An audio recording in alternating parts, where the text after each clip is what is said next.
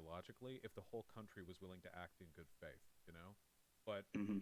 I don't think they are. I mean, I know they're not, obviously. It's also a matter of how much money would be allocated to the project, right? If you, I wonder what the bill on that would be. We have plenty of federal money we could be spending that we're not. I want trillions spent on infrastructure and civic reinvestment, but if it came to like a reparations package, how much would be so much that people would feel like there's some legitimacy to complaints behind? Like, for example, if a reparations package was like $5 trillion, that would be, I mean, at that point that you're meaningfully denting the ability for the government to do other things, and people are going to be mad no matter how well executed that program is. That's Mm. obviously a ridiculously high number. Though, remember earlier when you said 20 trillion was an estimate some people throw out for like damages owed?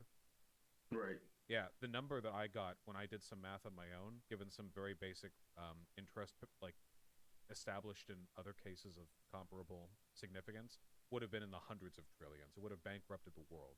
So we're dealing Right. with a pretty substantial debt here.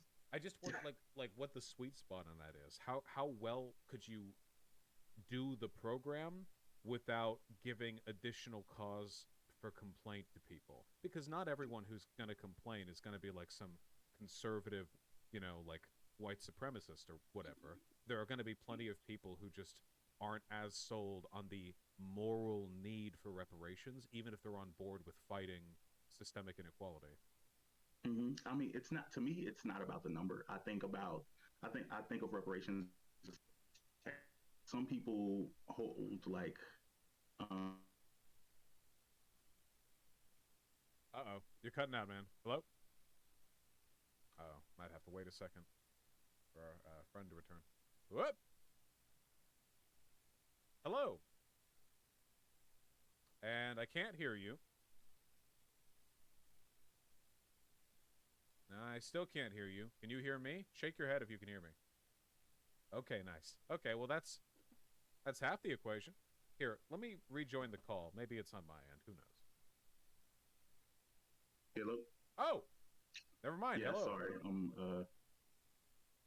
horrible at things. Let Oh, me ain't nothing. actually just. This is legitimately in like the 95th percentile of call quality from people I email, you know? So I wouldn't worry. It's it's going fine. You said it wasn't really about a high number to you, and then you said what Yes. you'd be happy with. So could you? Yeah, sorry. Yeah, reparations isn't necessarily about a specific number. It's about I think of reparations the same thing way I think about taxes. Like some people, you may be included in this, morally or anti-billionaire, like as a concept. I don't mind any of these things in principle. I just believe that taxes need to be high enough to fund the things that need to be funded. Because that's the purpose is taxes serve. Like there's something that we need, and we need to collectively pay in for whatever that is. Yeah. So I think that reparations will work the same way. I think that, like I said, you have a committee, you um, make a list, it's fought over back and forth, and you come to um, some general idea of the programs that you would like to see funded, and then from there you do the math on that number, and that's as far as it goes. Like if you could technically owe more after that, then like you know cut it aside. That's just extra at that point. That's You know what unnecessary. might be, you know what I've heard before that might actually be like a pretty good way of not only pragmatically, but sort of civically addressing reparations? Hmm. Be kind of like a new GI Bill. Because since black vets were denied access to the GI Bill after World War II, which gave white Americans like a huge leg up when it came to housing and, like suburban infrastructural development. I mean, that's recent history. There are people alive today who would have gotten denied the GI Bill on account of being black. And that way, I mean, that seems like a really solid argument. Like, there are literally people alive today who would have benefited from that. And that would have been like college education fund, unemployment insurance, housing. You kick that off, what, 4, 5, 6 years or something? I mean, maybe that's not all, but that feels like a really good template, you know? It was like one of the ways people were given an opportunity to ground themselves and they just flat out didn't, you know? Yeah, and to be completely honest, whenever I went in this conversation with you, I assumed this is kind of how it would go. I think I would like bring up things, and I consider myself to be reasonable, and I feel like you are also reasonable. So I'm sure you would come Thank you. along with a lot of these things. I think I think the larger issue, like because at the end of the day, conservatives are going to be conservative. They always have the bad ideas. I think my bigger issue is generally with the left as a whole, and I'm including myself in the left, even though like I'm identify as a sock damn, and the left usually like spits me out.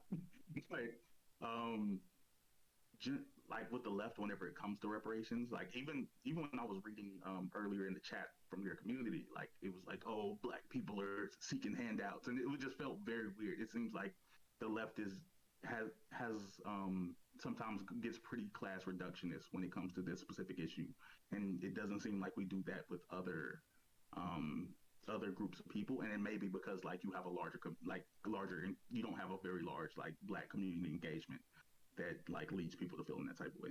Well, okay. First of all, I'll have you know that one time I was in a gas station. The guy came up and said he was a fan, and he was black. So I'll hear none of this. None of this. Okay.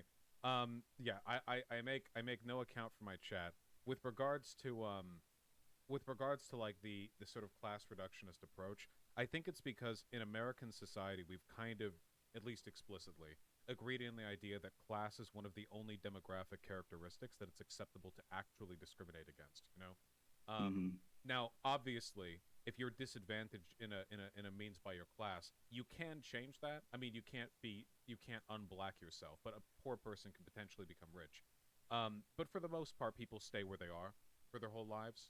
The Mm-hmm. overwhelming Yes, the majority, stickiness at the ends concept. Yeah. yeah, Um, like most people will be in about the same position their whole lives, and for that reason, it seems like the optics of selling these class based solutions. I mean, they're always going to be stronger when it comes to the but race based stuff, even though. even with that concept, like because even with that concept, black people who do fall into the like middle and upper class are actually two times more likely to fall down to the bottom ring again. No, that's So totally like, true. Well, I just want to say mm, I agree with that, and it's one of the reasons why I do dislike it when people act as though racism exists exclusively through economic axes now. Which, for the most part, that might be true because through redlining and all that other business, it was possible to, sideline the consequences of racism onto otherwise unobjectionable economic problems.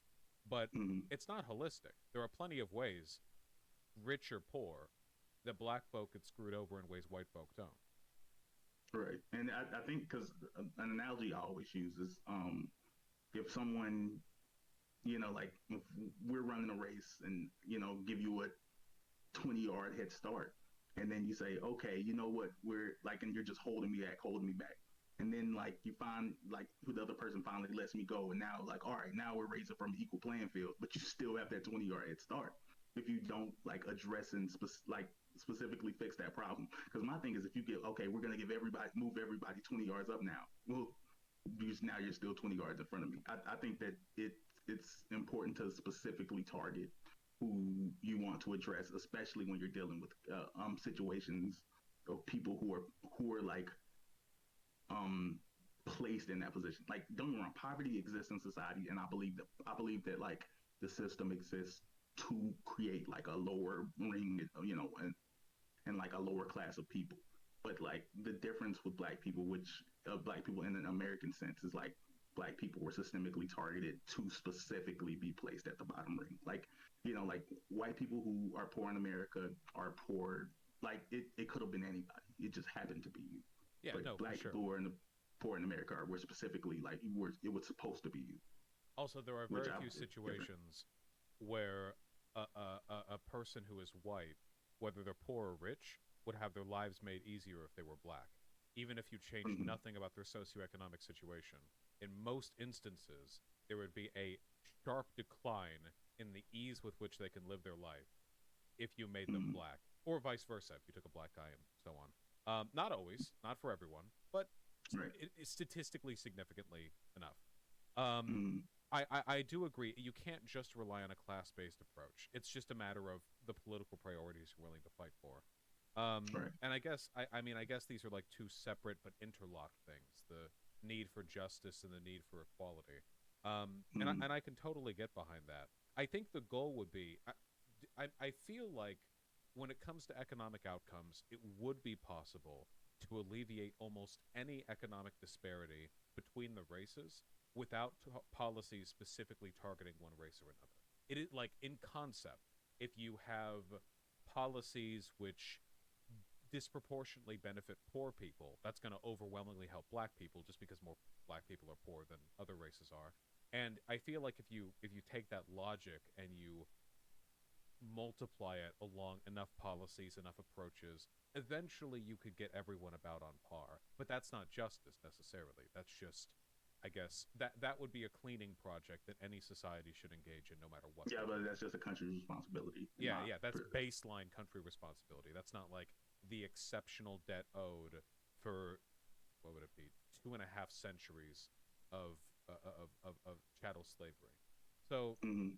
yeah, no, yeah, I think I could get behind that. Would have to think a Yes. little bit about how I would want reparations done, or which ways it could be done that would lead to the best outcomes and to the least amount of political harm. But I think I can get behind that idea. And again, this isn't like I didn't come on because I think you're like a bad guy or you're doing anything wrong. I just think that I know that you're like really big in these type of spaces, and you know, for better or for worse, people do listen to you. People take what you say to heart, For and even better, if you say always for something better. that you don't, you're right. But even if you don't like necessarily mean something like because you can't always be nuanced and give like the very specifics of everything you say, and I'm not gonna hold you to that like account because I'm sure I say stupid stuff all the time. But I think whenever I believed as soon as it came out your mouth that you said that like, oh, you know, reparations like shouldn't have anything to do with race. I believe that you had this nuance in you, but I don't believe that that's how the audience took that. And I believe that there's some people who said like, yeah, race No, is stupid. no, probably not. Though in a debate environment like that, there is obviously a limit to available nuance. Any topic discussed in that environment is going to be explored to a thousandth of its potential depth. And if Mm-hmm. I mean, I'll be honest with you, when it comes to talking with conservatives, I would much rather have them think like, yeah, reparations, we're gonna fix poverty, than try to waste like 4 hours explaining the moral need to, because that's the thing with the reparations argument, like the justice argument, they Mm-hmm. will never buy that because they don't Yeah. think there's a debt owed. And I could spend a million years talking to them about this, but trust me, from experience, I can say they won't budge, not for the most part. So maybe selling them on like some watered down variant of it, yeah, reparations. We should work to address systemic poverty, but between the races, I'll say this much: in that environment, I was shocked. I literally, I almost commented on it live, which I'm glad I didn't, but I was able to describe the existence of systemic racism to Charlie Kirk and not get challenged on it. I couldn't believe that. Charlie Kirk Mm-hmm. doesn't believe in systemic racism. Ben Shapiro doesn't believe in systemic racism. They think it's all black culture makes them poor or something. Being able to give that argument and have a bunch of conservatives hear it and not get pushed back on it, to me that was like an overwhelming victory right out the gate. And then Oh yeah, definitely. yeah, and I thought, and after that, I thought, okay, we're on reparations now. Can I? Do we talk about like the moral weight of slavery, or do I just try to like sell it like softball? And No, yeah, there's you got to know your audience. Like, I actually had no issue with what you said with Charlie Kirk and Tim Pool because that just like stirring up the conversation. If you can get like knowing when you're dealing with like a large conservative audience, I think it is okay to like you know just get people on board with the idea. Like start the train cooking in their brains. Like, oh, okay, like maybe this is reasonable. yeah, But and that's I just my thing was I'm specifically sorry. when you came back to your audience and when you like whenever because you said like when you were on stream later like and you were talking about it. Oh right, I and I was think like, that yeah, was an opportunity. I Mm, I am still trepidatious about it. I admit. I'll acknowledge that the concept of accurately and responsibly targeting race-based programs is always going to be really rocky to me. mm, But I understand the moral necessity. And I just want to mm, say, with regards to like the Charlie Kirk conversation and stuff, in case anyone wants to interpret me in bad faith, not a single thing that I said there was dishonest. the idea that, like the idea of like addressing systemic racism and like this is what we should do. We need to acknowledge it. We need to address it by taking hold of these economic systems that disadvantage black people, and all that stuff is completely and totally honest. Obviously, we just have to pick and choose what elements of an idea we can get into when discussing it in a format like that. I just know some people are going to interpret what I said as me going like, I lied because they're dumb, which isn't. Oh yeah, no. Yeah. Um, Yeah. No. It's tough stuff. I will say this. I would much rather have to argue with conservatives who are on board with the idea of addressing systemic racism, but are not on board with the reparations thing than I would even conservatives. just addressing poverty would be cool. Like I said, Yeah, I'm opposed to very both. big on. Yeah. Yeah, I was about to say like I'm very big on like ending poverty. That's one of my like that is like a really high priority for me. So even that to me that's just a separate issue, which I feel like even you don't even have to attach reparations to it because I feel like that just makes it easier. Like I don't think that like attaching reparations with poverty makes either issue better to me. It might, yeah, Like, it might actually make it worse too, because that would mm, mean that if reparations fail to address systemic poverty, it's seen as a mark against the potential for the government or for government resources to be used in that way, and mm, vice versa. It would also mean that people would forever stigmatize any attempt at addressing poverty or inequality as some kind of race-based program. So yeah, mm. okay, yeah, actually, okay, yeah. I think I have to think about this a little more, but I think I agree with you. Okay, well, yeah, this was pretty much all I wanted to talk to you about. I'm super shocked that you talked to me. This is like really random. This was like a really cool experience for me. Hopefully we can do talk about other stuff at later dates because I feel like you should actually talk to more black people. We're It's pretty not. cool. Okay, wait, hold on, wait. I resent the implication that it's some sort of protracted effort on my part to avoid those conversations. Okay, I bring a lot of crazies on stream, and you know what? Most of them are white people, so you can. That's on us being bad. All right. It's Well, I volunteer to be your black friend in the future. When next time a tactical N word comes out, like send it stop. my way. They're gonna get mad at both of us for this. Thank you. I really appreciate you coming on. Seriously, it's given me stuff to think about. I really appreciate it. All right. Yeah, appreciate bringing me on. You take care. Okay. You too. Oh, can I Oh yeah, plug? yeah, for sure. Um, hey, yeah. Again, my name is Bam. I have a YouTube channel with one video and 7 subscribers. Please, somebody change that. It's called Under Black American Made. Oh, give me a link. Can you link the or I can probably find it. Ooh, yeah. I was about to say I don't even know how to link things. I'll have my editor I link suck at it in internet today. the video description. Oh yeah, but I if I people would actually watch my videos, I would actually start streaming and like becoming a larger part of this sort of community. I think what Vaush does is really cool. Yeah, thanks y'all for Wait, did I find it? Let talking me to me. see. I Yeah, have okay, no there, idea. yeah, there it is. Okay, chat has it now. Okay, cool. I'll have it.